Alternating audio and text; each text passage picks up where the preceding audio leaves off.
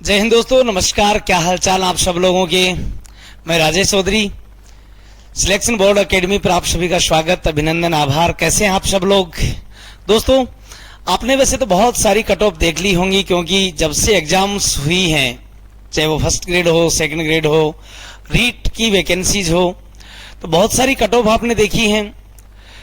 कभी लोग बहुत ऊंचाई पे ले जाते हैं, कभी उसको बहुत ही कम बताने लग जाते हैं।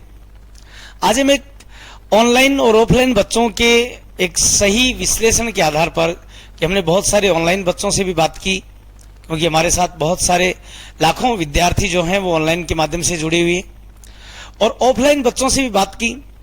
हमसे जो ऑफलाइन बच्चे पढ़ते थे उनका भी हमने एक आकलन किया कि बच्चों ने इतनी मेहनत करने के बाद भी यदि बच्चे इतने ही मार्क्स लेके आ रहे हैं, तो क्या बाहर से और पढ़ने वाले, अन्य संस्थानों से पढ़ने वाले बच्चे क्या इससे ज़्यादा निकल सकते हैं, या घर पर रहकर जो विद्यार्थी तैयारी कर रहे हैं उन्होंने ज़्यादा अंक प्राप्त किए होंगे। ये एक सही, एक अनुमानित सा कट ऑफ जो है हम आज लेकर आपके सामने आए हैं। फिर अपना हम तो जो पूर्व में अनुमान थे वो लगभग सही और सटीक हो रहे, क्योंकि जो 40% का नियम जो बनाया गया है प्रथम पेपर में, उस पेपर ने बहुत प्रभावी किया है। क्योंकि जिन बच्चों की सब्जेक्ट में बहुत ज्यादा अच्छी तैयारी थी, अच्छी पकड़ कर रखी थी, लेकिन वही विद्यार्थी फर्स्ट पेपर के कारण से बाहर हो गए। और अभी आपने देखा साइंस के जो रिजल्ट आया है उसमें एसटी के कैंडिडेट जो हैं वो तो पास ही नहीं हो पाए, 40% अंक की प्राप्त नहीं कर पाए।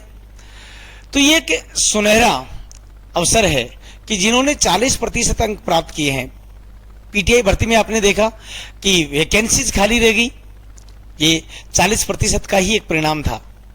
और होना भी चाहिए कि लेवल के टीचर मिले।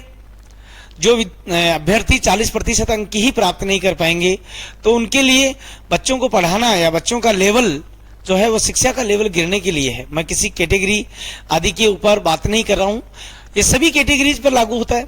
बहुत से ओबीसी जनरल के भी ऐसे विद्यार्थी हैं जो पेपर्स में अच्छे अंक प्राप्त किए हैं।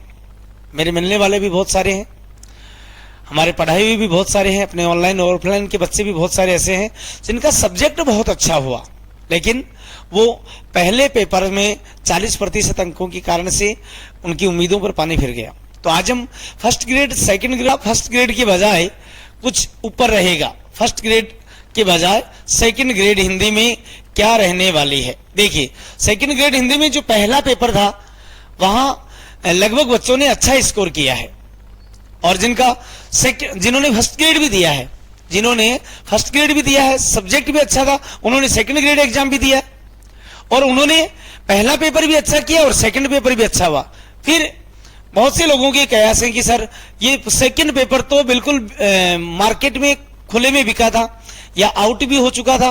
तो ये कुछ घटनाएं हैं जो शायद मेरिट को थोड़ा सा ऊपर लेके जाएंगी, क्योंकि कुछ पेपर्स जो हैं वो बच्चों तक पहुंचे हैं, इसमें कोई दो राय नहीं है। सरकार भी मानती है, उन्होंने पेपर आउट नहीं किया वो एक अलग बात है, नहीं माना, लेकिन आप और हम सब सोशल मीडिया के जरिए या प्रिंट मीडिया के जरिए पढ़ते आ रहे हैं कि पेपर आउट था और बड़े लेवल पर आउट था।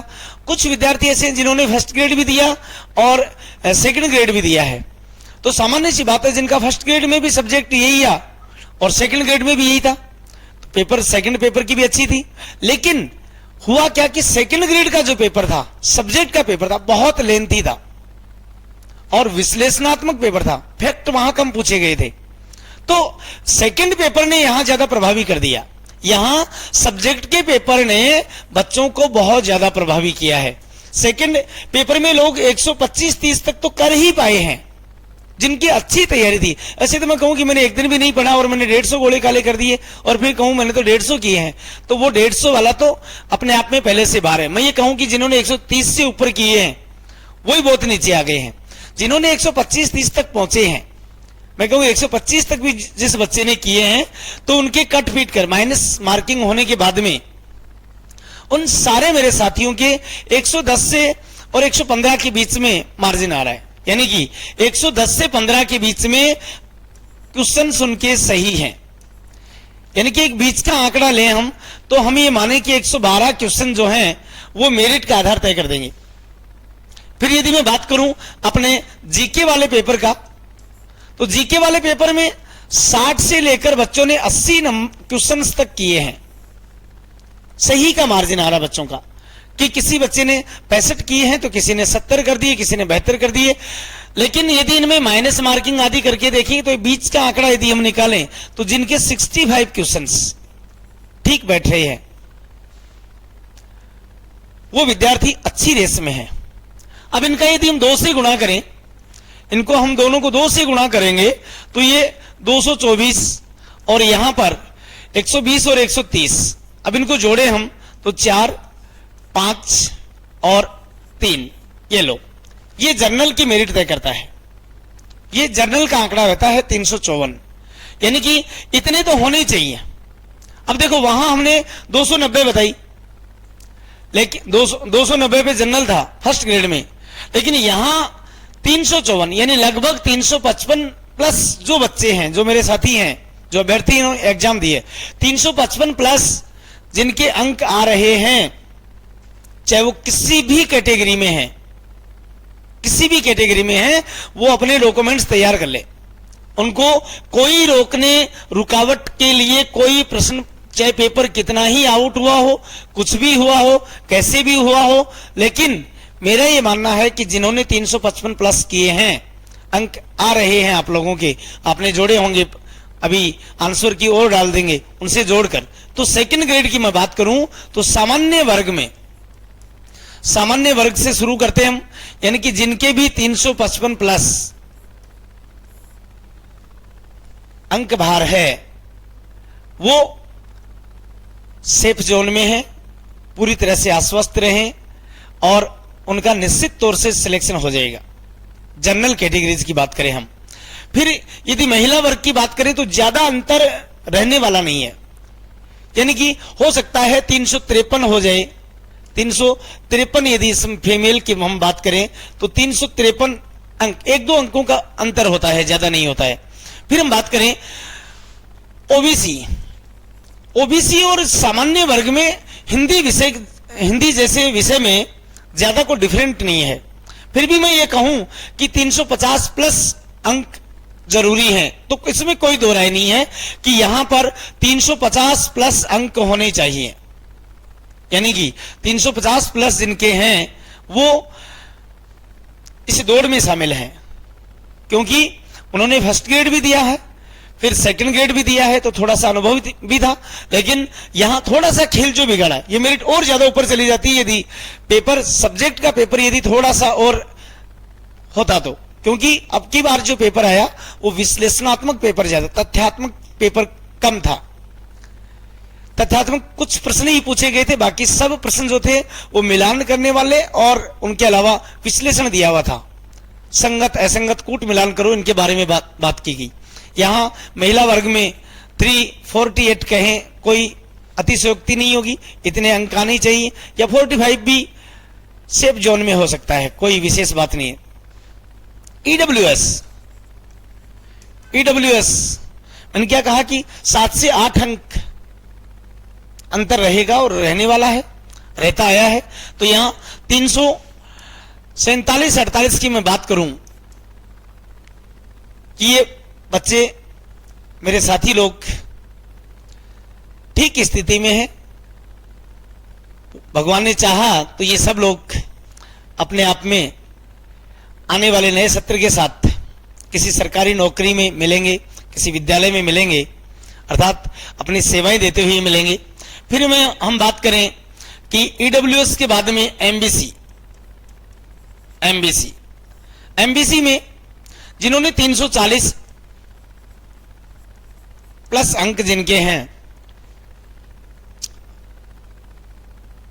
वो अपने आप को सेफ जोन में समझे, 340 प्लस वालों का हो जाएगा। फिर बात करें हम एससी, तो मैंने पहले भी कहा कि एससी और एमबीसी जो हैं वो लगभग समान से रहेंगे, यानी कि 340 प्लस में एमबीसी का और एससी का दोनों का होने वाला है। महिला वर्ग में यदि हम 2-2, 4-4 अंक कम माने, फीमेल वर्ग की बात करें हम। फिर यदि मैं बात करूं एसटी, तो एसटी और जनरल का बहुत अंतर हो जाता है। आप जितने भी रिजल्ट देख पाएंगे आप, पहले का विश्लेषण करें अब जो नए रिजल्ट आने वाले हैं, तो 30 से 35 अंकों का अंतर जो है अंक भार का देखने को मिलता है। अर्थात यहां पर यदि हम 30 अंक भी कम करो यहां पर तो 340, 30 अंक कम करते हैं तो 320 से प्लस जो मेरे साथी हैं उनका एसटी कैटेगरी में होने की पूरी तरह से संभावना है। और बात करें विडो में, बात करें हम विडो में यदि विडो की कैटेगरी में ये लगभग 315 या 310 जिन बहनों के आ रहे हैं, वो भगवान ने चाहा और आपको सुकून देने की कोशिश की तो आराम से विडो कैटेगरी में हो जाएगा इसमें। और टीएसपी 200 अंक लगभग टीएसपी वाले, सॉरी 200 नहीं, टीएसपी वाले लगभग यदि 280 प्लस अंक आए हैं तो बन रहे हैं आप लोगों के, तो ये आंकड़ा अपना सेकंड ग्रेड का रहने के पूरे चांस है। ये मेरी तरफ से, आप सब लोगों की तरफ से केवल एक ही अनुमानित कट ऑफ है, बाकी तय तो रिजल्ट करेगा। हो सकता है चौंकाने वाला भी आ जाए, इससे भी 2-4-5 नंबर कम रह जाए, लेकिन बच्चों की जिन्होंने तैयारी की थी, बहुत अच्छी तैयारी की थी, वो इसी रेंज में आ रहे हैं। सभी बच्चे बहुत अच्छी तैयारी करने वाले यहां तक पहुंचे हैं। अब जिनके घर डायरेक्ट ही पेपर पहुंच गया तो वो मेरिट को तय नहीं करते हैं, मेरिट तय करते हैं वो पढ़ने वाले विद्यार्थी जिन्होंने दिन रात मेहनत की है, फिर भी वो इतने अंक तक ही पहुंचे हैं या इससे भी कम रह रहे हैं। तो 100% मेरिट यहां तक ही रहने वाली है। फिर मैं बात करूं